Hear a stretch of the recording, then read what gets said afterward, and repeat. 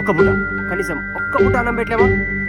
ಕರುಮದ ಕಲ್ಲನು ಎಡವಿದ ಮನುಜನ ಬೆರಳಿನ ಗಾಯವು ಮಾಯದು.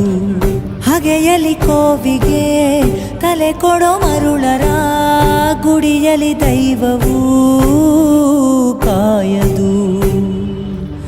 ಕತ್ತಲನು ಮಣಿಸೋಕೆ ಹಚ್ಚಿ ಇಟ್ಟ ದೀಪ ಊರೂರನ್ನೇ ಸುಡುವಂಥ ಜ್ವಾಲೆಯಾಯಿತೇನೋ.